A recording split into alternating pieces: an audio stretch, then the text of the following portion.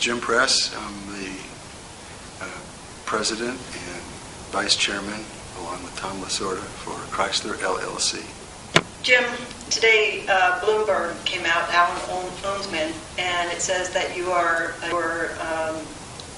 thinning your dealer ranks and you've cut 1 million units of assembly capacity in the past year. Today I heard that GMAC is letting go of 60% of its employees. How the fact that you could be a company that makes this transition to a viable model for a U.S.-based manufacturer going forward. Right. If we base it on reality. Reality. That's right.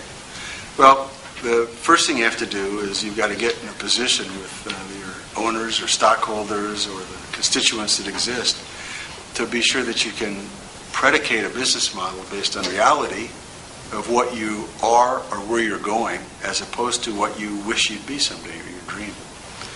And for a long time, I think many auto companies have been able to kind of fool themselves in a market in North America that has been lucrative. It's had good margins. It's sort of been consistently growing. It's always been a higher volume driven by excessive kind of marketing and as opposed to the fundamentals of the economy.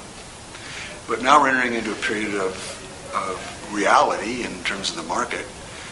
We're running into a period where the share of the auto market that will be retained by the three traditional domestic companies is going to continue to be under pressure from international global competition.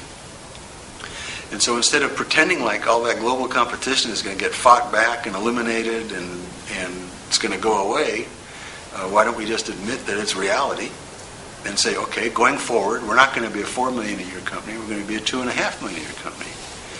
And we're going to change the traditional Detroit model, which is the more cars you sell, the more money you lose. And actually sell the right number of cars for the market and create a business platform that allows you to be profitable at that level. Are you able to do this because you are a private company?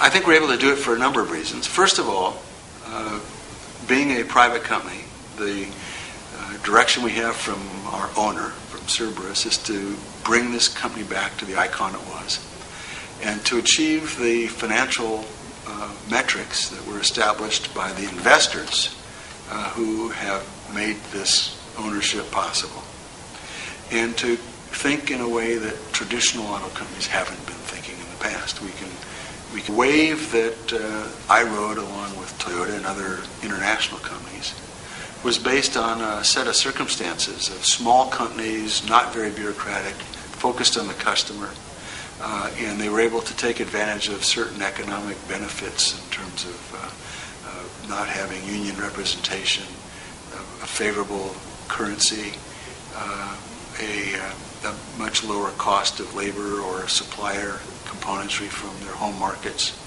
There were a number of factors that allowed those companies to prosper. And so the wage situation with our new union relationship is parity. The currency is at best parity right now, or versus the euro. The dollar is a real bargain. And we're becoming a low-cost producing country. So in 2007, how many units did you sell? I think we sold about 2.4 million. And how many of them were in the United States? About 2.2, something like that. So are you going to expand globally then? We have growth opportunity globally, and our sales globally are going to be up. They're up about 5% year to date. But our market share globally is very small. It's not even 1% outside of NAFTA. And that's a chance for us to grow long term. But that's going to take 5 or 6 years to start to see a lot of returns internationally. With Nissan right now, any other groups that you're looking at working with that could take up some of this slack of units that you no longer need? Well, we've had some conversations with a number of companies, and we still have technology from Daimler is available to us from our agreement with them, and we continue to share with Hyundai and Mitsubishi some components that, like the World Engine that we produce together, and some components and vehicles that we sell. So those are in our system today, and we continue to look at some alternatives and other candidates that have raised their hand.